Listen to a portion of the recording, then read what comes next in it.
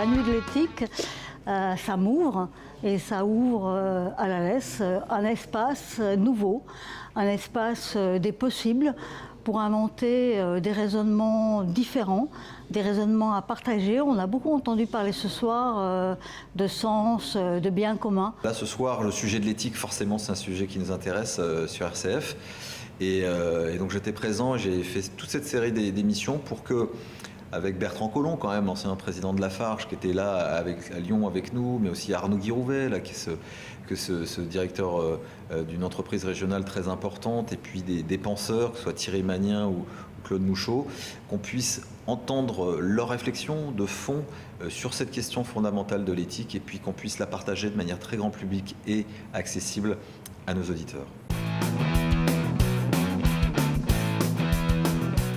Le plus important pour moi, je crois que c'est d'abord l'honnêteté vis-à-vis de soi-même. Un deuxième point, c'est la capacité à exercer sa liberté. Je pense que beaucoup de personnes n'ont pas été éduquées à la liberté et ont donc un mal fou à pouvoir la vivre. Comment on peut vivre ensemble un projet en prenant en compte les valeurs que chacun porte ?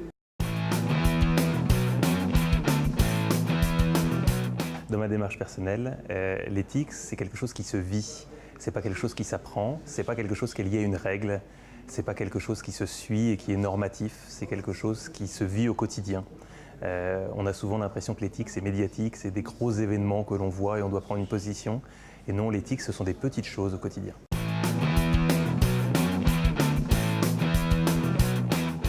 Alors moi, dans cette soirée, ce qui m'a le plus frappé, c'est l'affirmation de la relation à l'autre. Et je pense que l'éthique, elle commence avec cette relation à l'autre. Après, il y a une démarche personnelle avec toutes les notions de liberté qui ont été évoquées, mais sans relation à l'autre, il n'y a pas d'éthique. Je crois peut-être que ce monde, alors il a peut-être besoin d'être fait, mais je pense que pour qu'il se refasse, qu'il soit reconstruit, que chacun s'approprie et porte sa propre responsabilité pour refaire ce monde, je crois qu'il faut que ce monde s'écoute plus mutuellement. Et moi, s'il y a bien quelque chose qui m'habite, c'est qu'on puisse donner la parole de manière suffisamment empathique pour que les gens s'expriment en vérité et s'écoutent un peu plus mutuellement. Je pense que notre monde crève d'un manque d'écoute mutuelle, d'écoute de l'autre dans son altérité, même s'il n'a pas la même opinion politique, même s'il ne vient pas du même milieu social, même s'il n'a pas la même expérience, il a à être écouté. Et je pense que si on a servir à quelque chose en tant que radio, c'est ça, inviter à une meilleure écoute de l'autre.